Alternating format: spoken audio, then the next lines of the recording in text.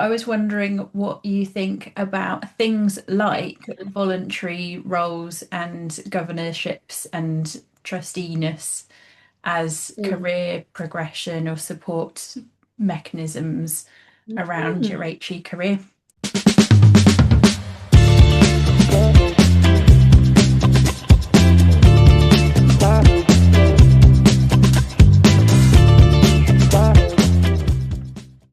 I think that's a really good question. Have either of you done um, governorship, trusteeship, either in your university, like as a staff one, or like I know like parent governor, any or charities or anything? I'm a school governor, but though I didn't do any of that while I was employed at a university. Mm. I've never I done it. I was chair of the PTA for 3.5, 4 years, and that so I had to be a trustee of the charity Mhm. eh, per the role. So everyone on the PTA were because it was a independent registered charity as they are, and that was terrifying, but also empowering because Hmm. we could take it in the direction that we thought it should go. So I had an admissions colleague who became a parent governor at school and found it really difficult because they had a different, like such a robust perspective on paperwork and safeguarding and organization of Mm. things like that. I think it was quite difficult. But in terms of universities, colleagues that I know who've been staff governors and everything, it's been, I think, both impact, both created opportunity, but also created challenge because it's created opportunity. Obviously, there's an exposure that comes with it. You get to mix with senior leaders, you get to be seen, you get to be involved in sort of senior decision making. That's really good, like for CV and everything. But it can also be difficult because of the association sometimes of staff governors of being slightly disruptive or challenging, or if they're involved with the union but they're not there representing the union, there can be some tension. Sometimes I've experienced that has occurred in institutions I've been with.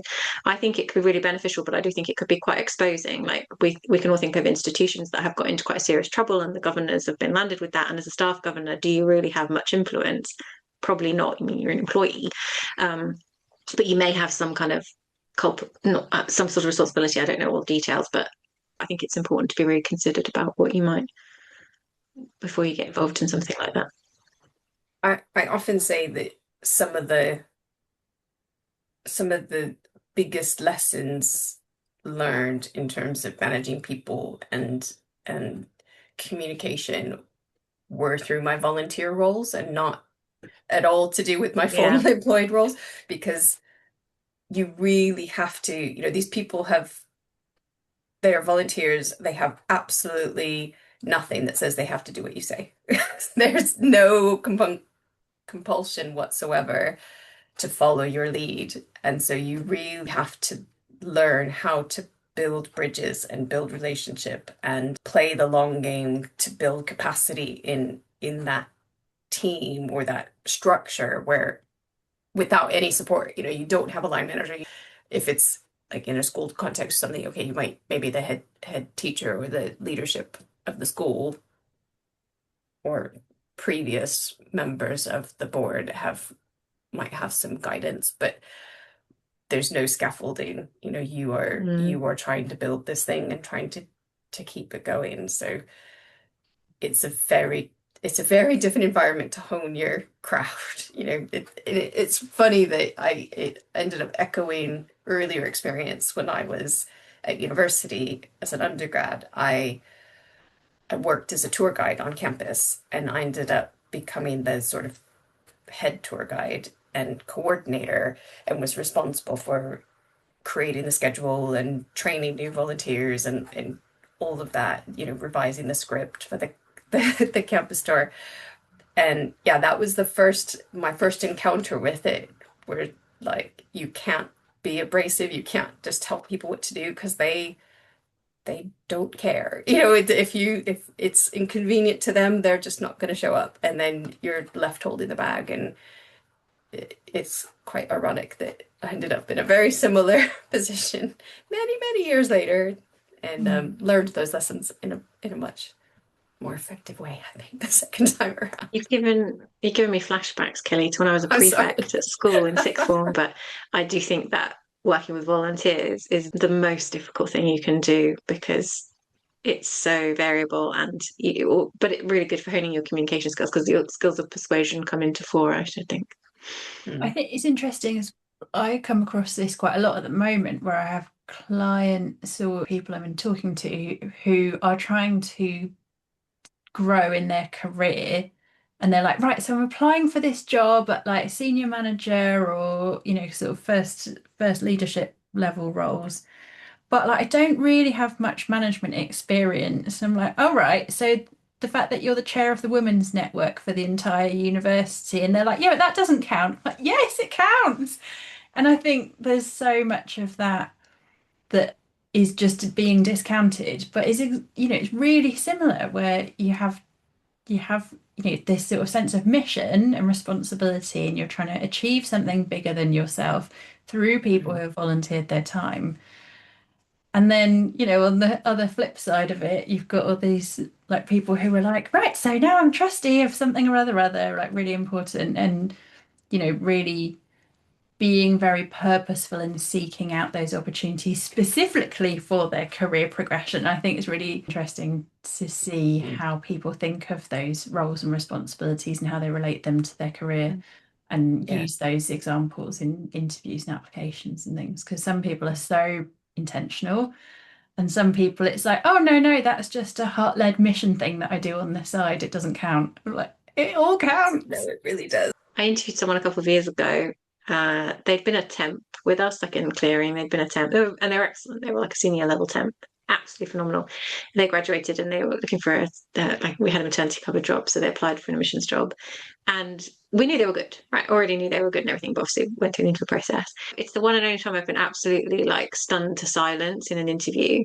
They were talking about how they'd gone to university and they had volunteered with Nightline, which lots universities have. It's a sort of an out of hours overnight volunteer manned like phone service for students who need support through the night. And she was involved with it for a number of for years, and then I think it was her second year, she became like the chair of, or took over being in charge of it. But they were just being evicted from their premises that were using it to find new premises. So she spent the summer. She just walked us through this whole thing. She like, tramping around the city, like finding some new premises, negotiating it. She managed to get it for free because she did the research about how they could get like tax breaks if they let them use part of their building and everything. And she got sponsorship from the local radio station to get some new equipment and everything, and all this kind of thing. And then how she formalized it. And then she was talking about the security measures she put in for the staff who got there. And I swear we were all like completely gobsmacked that she'd done this all at like 20, that was essentially the equivalent of like running a whole startup organization, and the levels of everything she thought through, all with volunteers and as a volunteer. And I really do admire people who give that time purely based on sort of mission and their commitment like that. But I think about that a lot because she had no appreciation for just how powerful. I said to her afterwards, you had the job when you told us that story. Like you covered everything we needed in that one answer, like that one thing, but had so modest, did not see the value in it. And I think that's really key in the work that you do. I know Fiona is a lot of drawing that out, helping people draw that out. I was thinking also there are people who say that I can't lead, I can't be a manager, and then you say to them, but you run the women's network or whatever, and they're like, oh, but that's not the same thing. I'm like, that is exactly the same thing. No. Like, but not being a manager, I'm not responsible for them. I'm like, they still don't want to do what you tell them to do, even when you report to you. So. Well, yeah, and particularly because often through those roles, if it's an internal, staff network of whichever description, you're then interfacing with really senior colleagues around the university and, giving feedback on HR policy and all sorts of things that have loads of influencing and negotiating and all of those things that are quite challenging to get experience of and can typically be hurdles for people when they're trying to progress up in their career and go, well, I haven't got experience of that because I haven't been a manager yet. Actually, those are the things where having voluntary experience is so Yeah. valuable, but you've got to realize the value of it and be able Mm. to describe that for somebody at an interview. Yeah. I went to a really interesting workshop actually at the AHEB conference last year that and it was one of those ones that I'll admit I went along because I knew the presenters and I thought, oh, this will be fun. And so I went, and it ended up being one of the most thought-provoking sessions of the conference for me. And it was, have you ever thought about being a trustee or doing that sort of strategic board work or governor or whatever title goes along with the organization that maybe you want to get involved in? But it talked about, A, why you would want to do it, but B, also kind of choosing very strategically and consciously to build certain experience or skills that you don't have and you don't have access to in your everyday life. And so going for roles that can help you build that experience and that CV level. It was left me with lots of Yeah. food for thought. In my governor role, one of the things I really appreciate about that role is also seeing people operating in that forum who come from different walks of life. Because HE can be quite insular, and a lot of people have professionally grown up in HE and haven't got experience of other sectors, which I'm not knocking. That was my experience too.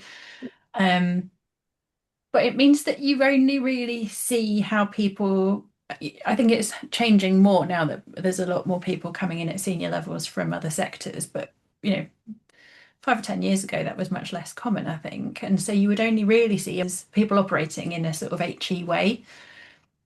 And I think having experience as a governor and seeing like on our governing body, there are ex-teachers, there's obviously the current senior leaders of the school. There's also a chap who's very senior at the BBC who has a kind of media and reporting background. There's an ex-diplomat, like all sorts of different approaches and things, and the way that they bring questions to the conversation and the angles that they're thinking about things from is so helpful to witness and to learn from and go, oh, I maybe wouldn't have thought of that, but actually I can see how it's useful to question in that way. So I would really encourage anybody to Mhm. consider joining something like that. Yeah, volunteer working group Yeah, project. Yeah, there's lots of ways to do that yeah, and it without, often isn't yeah. as scary as people think. You think, well, I have to already know everything. Like I'm often the one in those meetings going, sorry, what does that acronym mean? Because I don't have a primary school background at all. So there are loads of things about primary education that I just have no idea about, and I'm always the one asking sort of daft questions like, what is that? And why that? Why this? Which I think is helpful for them as well, because it slows them down Yeah. and reminds them that not everybody knows. I was thinking about student reps. You know, if you did that, you're earlier in your career and that is something that you did, make sure you're showcasing that for sure. But I was thinking also about we bring, student reps are on sort of course committees and they're also involved with student union and everything. I was thinking that building on earlier discussions and other discussions we've had around like team meetings and discussions, I was thinking there's probably some more innovative ways that you could have your users with your customers, whether they're students, whether other departments, engaging with them in different ways and kind of like stepping in and saying, we've been working on this project. I think it'd be really beneficial to your team. Can I present for 10 minutes at team meeting? There's all these micro steps you can take towards that. Mm. Using your capacity and skills voluntarily in inverted commas, like outside your standard remit in quite imaginative ways to build confidence, build little steps for different things you can do. Yes. Oh, there was a lot to talk about there, wasn't there? I It know. was. I didn't know if that was going to go anywhere, but it did. Hurrah! You did. Hurrah. Right. Cheers to that then. Yeah. My tea's cold now. Bye. Yeah, I mean, I was Bye. gonna say that's the teaser right there. It worked out. Hurrah! Always happy to oblige.